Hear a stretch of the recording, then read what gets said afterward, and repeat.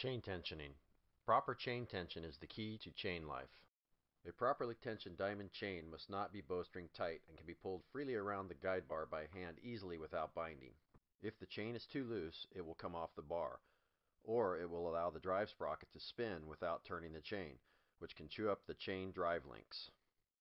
If the chain is too tight, a lot of the saw's power goes into turning the chain rather than into the cut. In extreme over-tightened cases, the saw may not be able to turn the chain at all. In addition, damage can occur to the bar nose and premature stretch may occur. Before cutting, check for proper tension by pulling the chain around the bar by hand. If you cannot easily pull by hand, the chain is too tight and needs to be loosened. All chains have a tendency to stretch when used. Diamond chains stretch more than wood cutting chains because of the abrasive materials they are cutting. When a chain stretches to a point where the drive links are hanging approximately a ½ inch to 3/4 of an inch below the bar, it is time to tension the chain.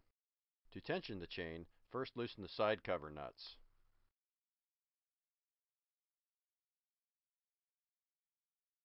Then, while holding the nose of the bar up, use a screwdriver to turn the tensioning screw clockwise until the chain drive links hanging below the bar are just beginning to enter the bar groove.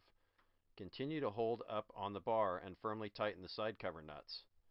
Remember, it's the side cover nuts that hold the bar in position.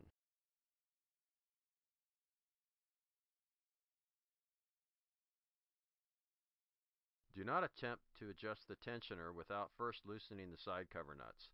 Do not use the saw without making sure the side cover nuts are tight. If the side cover nuts are not tight, the bar can slip backwards during the cutting and break the tensioner pin.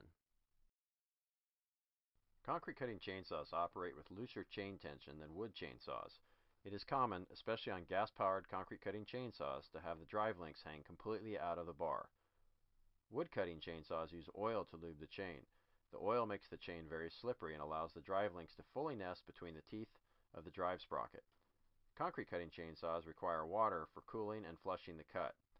Water is not as good as oil as a lubricant. Also, there are concrete particles mixed in the water. As a result, sometimes the drive links don't nest properly on the drive sprocket. When this happens, the chain acts like it got tighter. There seems to be tight and loose spots as you pull the chain around the bar. If you tension when the chain is in one of the loose spots, it will be too tight at some point in its rotation around the bar. Rotating the chain completely around the bar by hand will let you know you have the chain properly tensioned.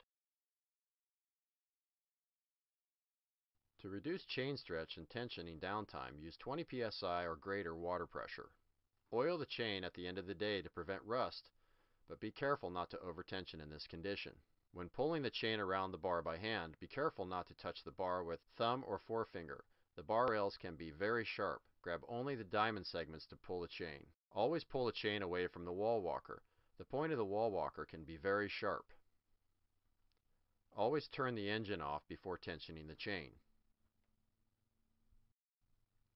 Thank you for taking the time to learn more about I.C.S. If you have further questions or require additional information, please visit our website at icsbestway.com.